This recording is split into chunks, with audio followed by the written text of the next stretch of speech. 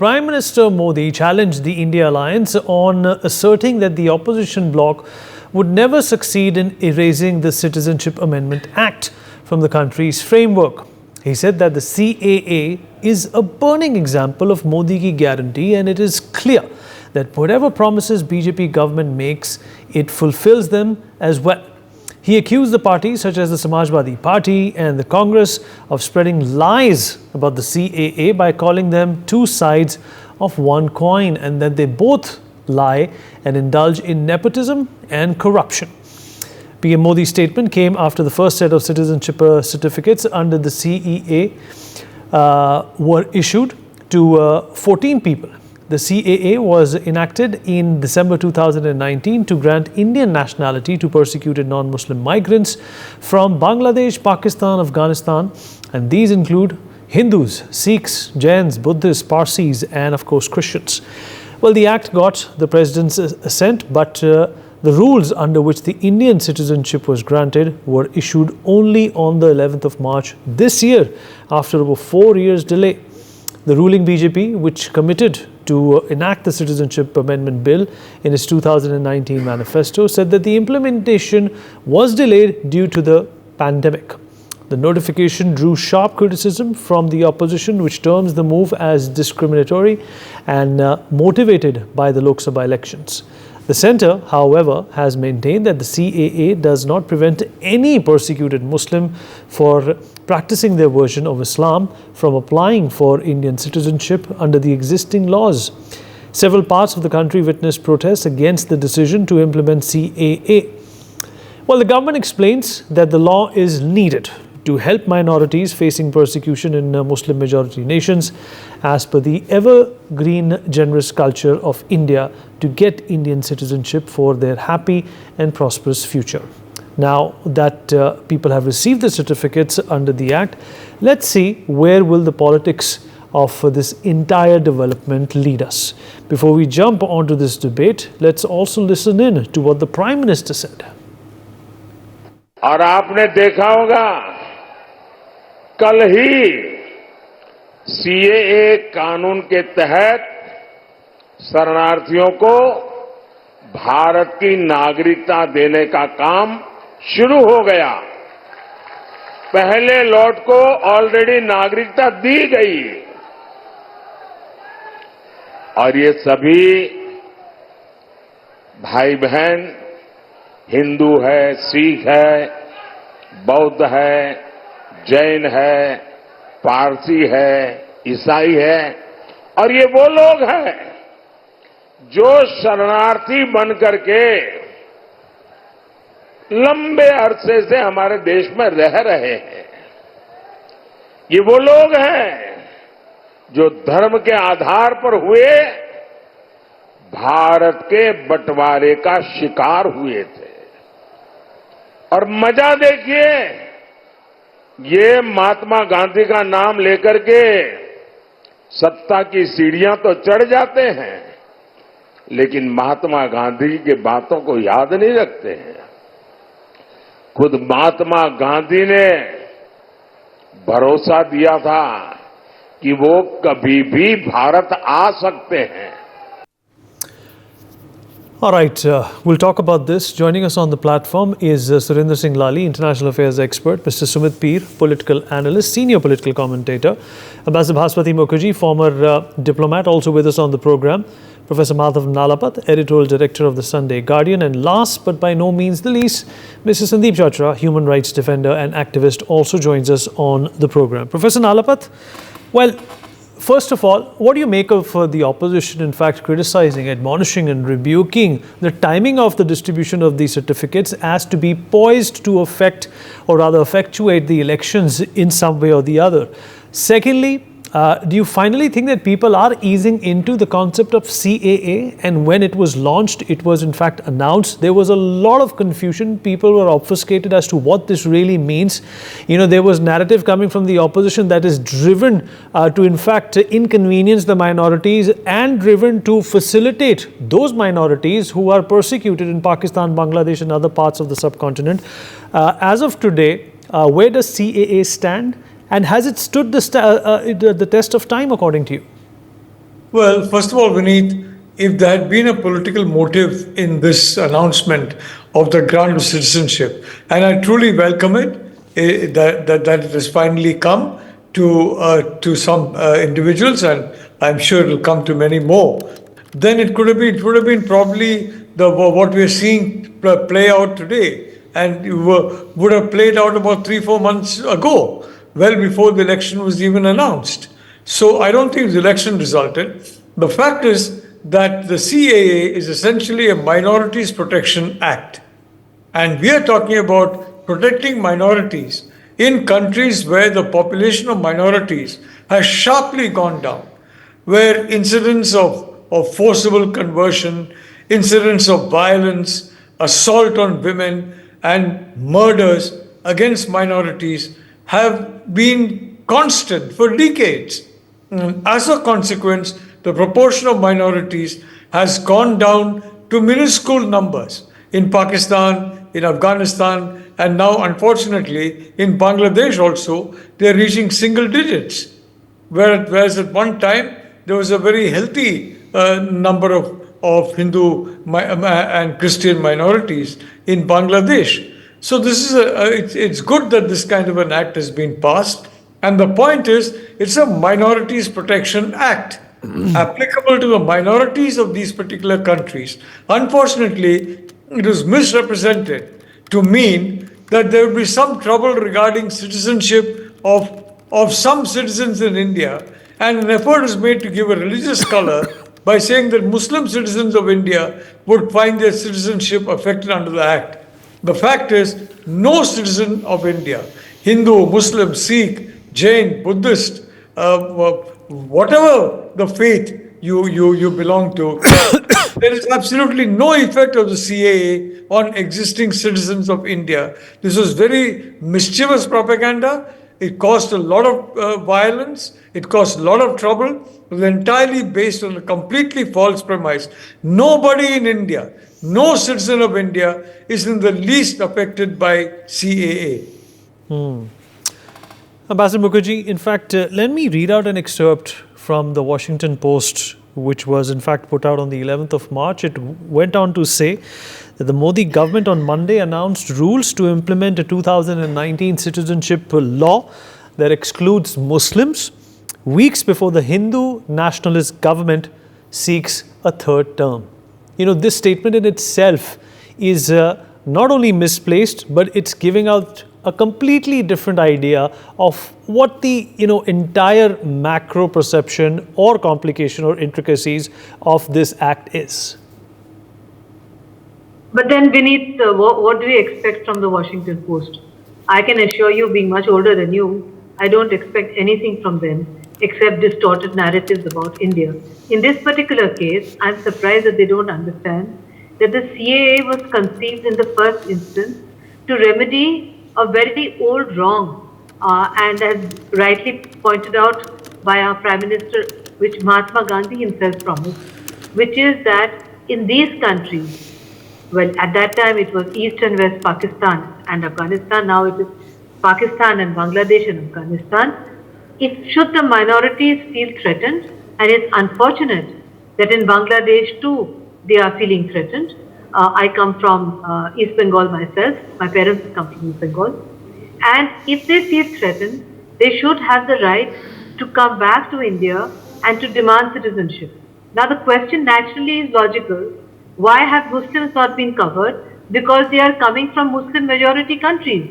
So it's not a question of discrimination at all. It is, as Professor Nalapat correctly pointed out, it is an effort to give protection to minorities facing problems in Muslim majority countries, and this is particularly surprising, for instance, in Bangladesh, that they should have a problem. I could expect that they would face a problem in Afghanistan. Traditionally, there has been a problem, including with Sikhs, and also in Pakistan, where earlier they had framed some rules in their Islamic constitution that some kind of minority protection would be available, and now Hindu girls are being regularly chased, abducted, kidnapped, converted, and being married to old men as their third or fourth wife. So it is only natural if they seek protection, they should come to us. and there are very few left. I remember when I was ambassador to Netherlands, there were some Hindus living in Afghanistan who came to the embassy to ask me if they can be given visas to go to India. But at that time we had no CAA, so I was really not able to help them beyond the point. But the Dutch gave them political refuge and political exile. And I think now that their CA is there, they are trying to come to India. So this is actually a very, very generous move. It is a much needed move. It corrects a historical wrong. And I frankly think that no citizen of India, regardless of politics, should have a problem with it. It's not discriminatory. It's a minority protection beneath. Mr. Chacha, another excerpt, if I can, with your permission, quote from the Al Jazeera, which goes on to say in its headline, "It's a dark day, quote unquote, India on the edge over religion-based citizenship law before polls," which is a complete misinterpretation of what actually was happening here in the middle of March. So this is exactly what the problem is. It's the comprehension, it's perhaps the understanding, and it's also perhaps the insensitivity which is being shown to these religious minorities in Pakistan and Bangladesh, which have in fact completely dissipated and disappeared over the last few decades. We put out a report that the Hindu population within India has gone down, the Muslim population in India has gone up by a whopping 40%. But in these countries, the decline and the erosion of minorities has been on a fast track, Mr. Chacha. Thank you for having me here. Let me deal this question from four perspectives, Vinayji, if you allow me that. The first, as somebody who's worked with refugees, Pak Vistapit Hindus in Rajasthan and others, let me say this law presents, and the rules under this law present great hope to thousands of those who've been waiting for decades for citizenship. I've seen Pak Vistapit Hindus. Another fact is my family comes from that part of the world, 1947. But discounting that, it's great hope. Why? Because the rules which were framed on March 11, which you referred to with Ambassador Mukherjee, were actually, these rules simplify the process tremendously. People had to spend thousands of rupees, lots of documents, lots of travel, very difficult administrative processes, and barely few got citizenship. So these rules simplify the process a lot. You don't need valid passports any longer. You don't need to go back to Pakistan to get a valid voter ID card. I've been going through the rules in details, and you don't need an elected representative certification is enough in place of that. You don't need, for instance, long-term visas. Now a certificate is enough from an elected representatives here. So the cost people were incurring, the time delays that were happening, the kind of sort of exploitation through the touts that they were going through are all simplified. So I'm glad 300 people's citizenship has been approved. This offers great hope. Let me take numbers: 40,000 Pak Vistapit Hindus. Some of them in the year 2021 had gone back, 1,500 of them, their newspaper reports, had gone back to Pakistan because they didn't have these documents, and back to persecution again. 7,000 Afghan Sikhs. So it offers a great ray of hope. It eases the process. It enables them to get citizenship, therefore to get formal work, therefore to get education, and so on and so forth as Indian citizens. Point number one. Point number two, we should also be clear, Viniji, that citizenship and the desire for citizenship is not the only pathway as far as refugees are concerned. Having worked with Tibetans, let me tell you that there is a number of Tibetans who live on long-term visas, and they do not, their aspiration is in life is not to get Indian citizenship, because their desire of a homeland back, a day that homeland will be realized, and to go back to Tibet, and their leadership instills that hope in them. So citizenship is not the only pathway to address the question of refugees in India. And I think our laws must sort of look into that from that perspective. This whole narrative that citizenship, a linear narrative that citizenship is the only thing that refugees desire in the world, is probably not correct in the modern world. Many want to go back to their countries should there be peace. Many want to go back to third country settlements. So that is something that we have seen.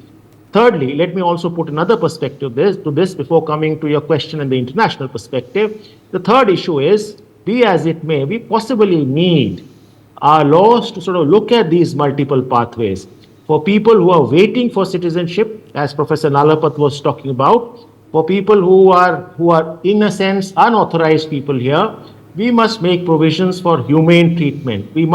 Our laws must make provisions such that they can get temporary work permits till the time that they are here, such that their children can pass through schools and universities without the necessity of Aadhaar card and other documents, such that they can access public health services till the time they are here.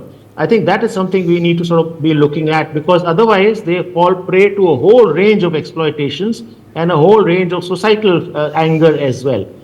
For those, and I concur with the point Professor Nalapat was making earlier.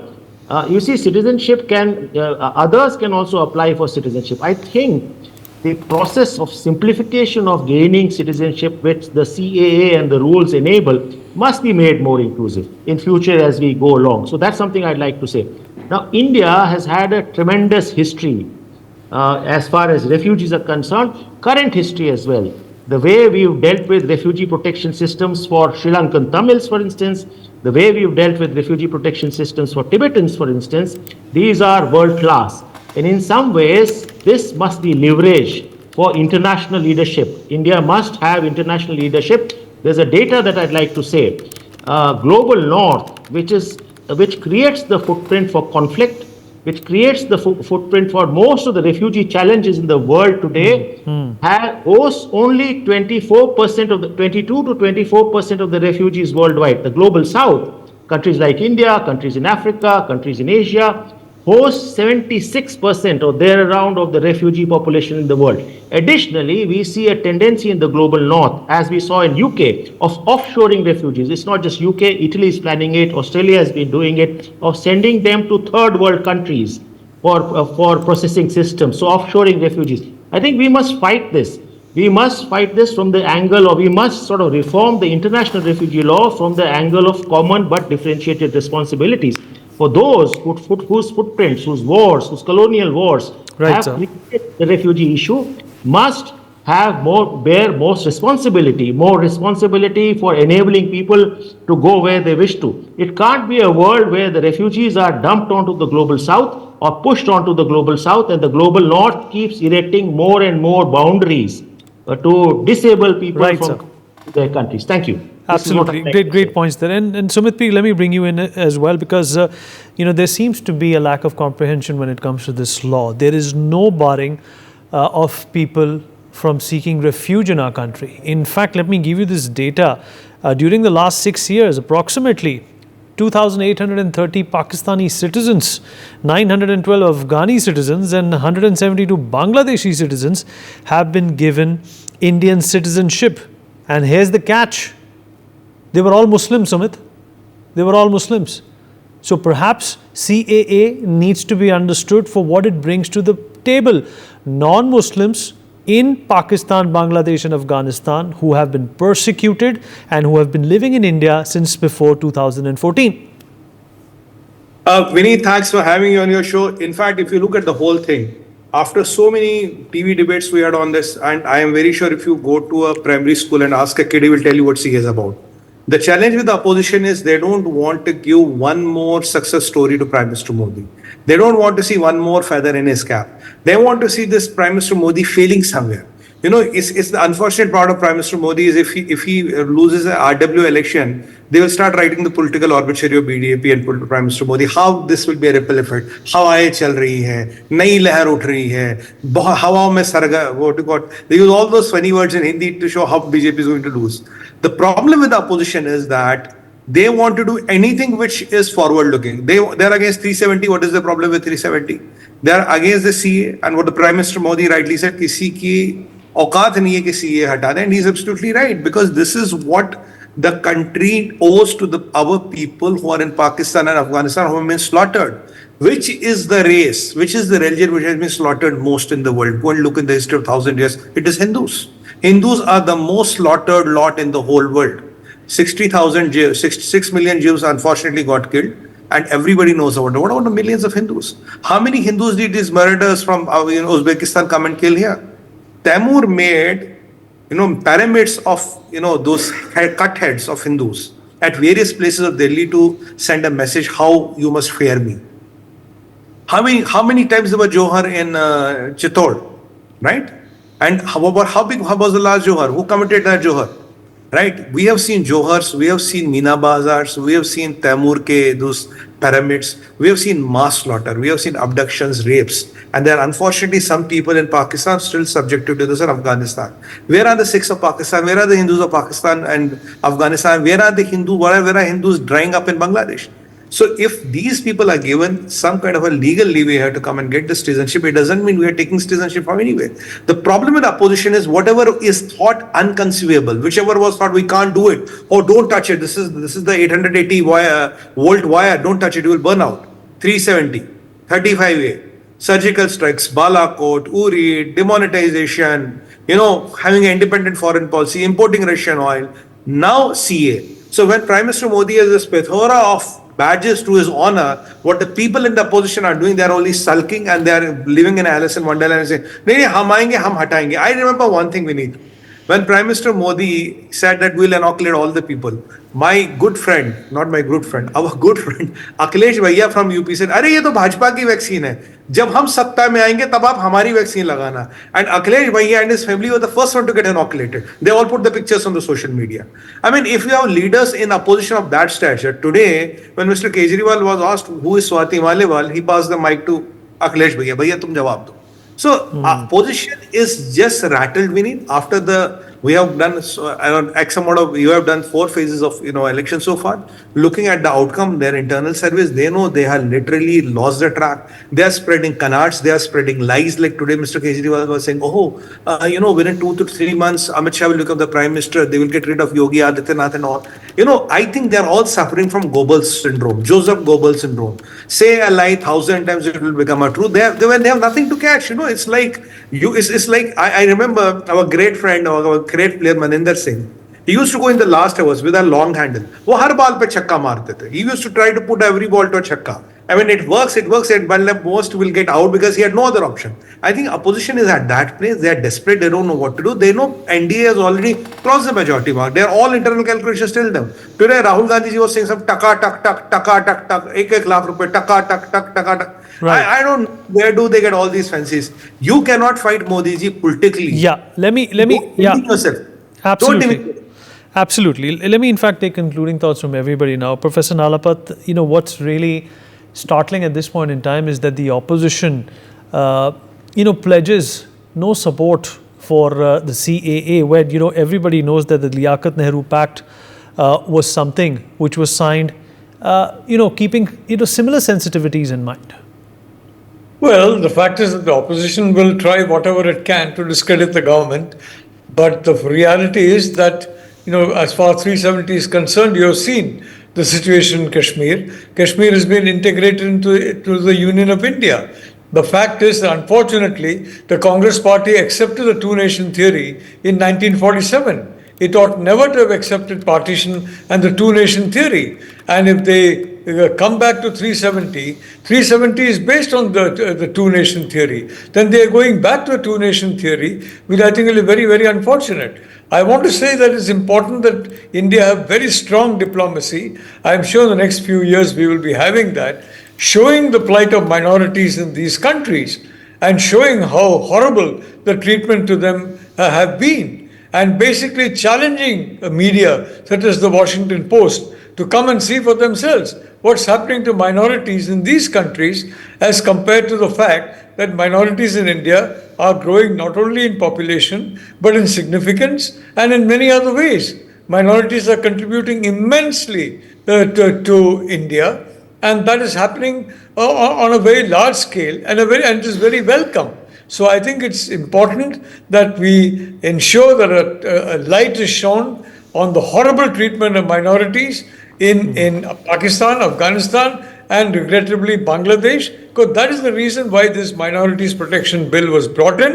It is a Minorities Protection Bill. Minorities in these 3 countries. And those who say that no, it was meant to apply to any group in India, All right. frankly, flat out telling a lie.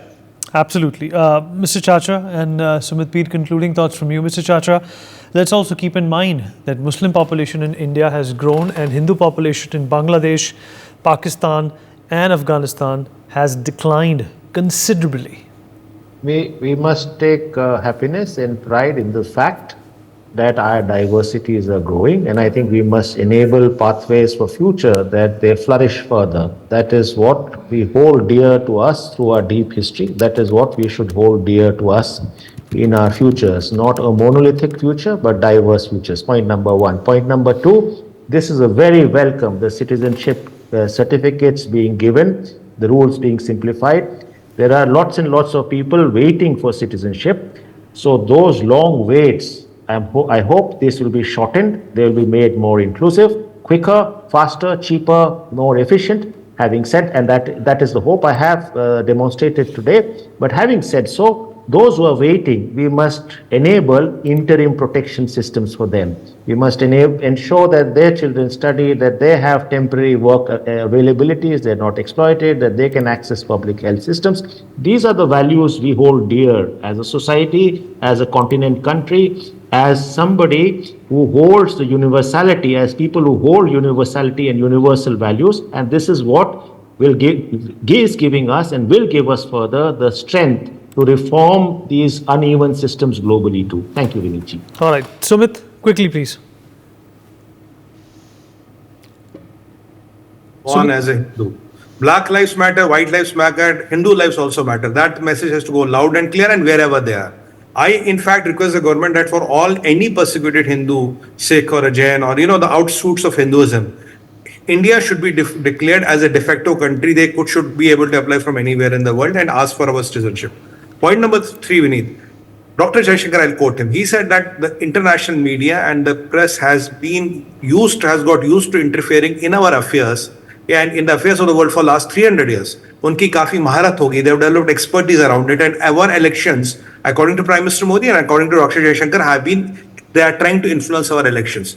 So these all are the parts of the toolkit. And let me quote Dr. Jaishankar again. He said, you are growing at 6.5 to 7.3%. Who will let you grow that? And he said in one of the recent interactions, ye to abhi trailer hai, picture abhi baki hai. So this was to come in. It's not going to end here. We are just entering it. The more we grow, the more bigger friction we get. All right. On that note, we're going to dip into a short break. Would like to thank all my guests for being a part of this incisive conversation. For more such videos, subscribe to the NewsX YouTube channel, hit the bell icon.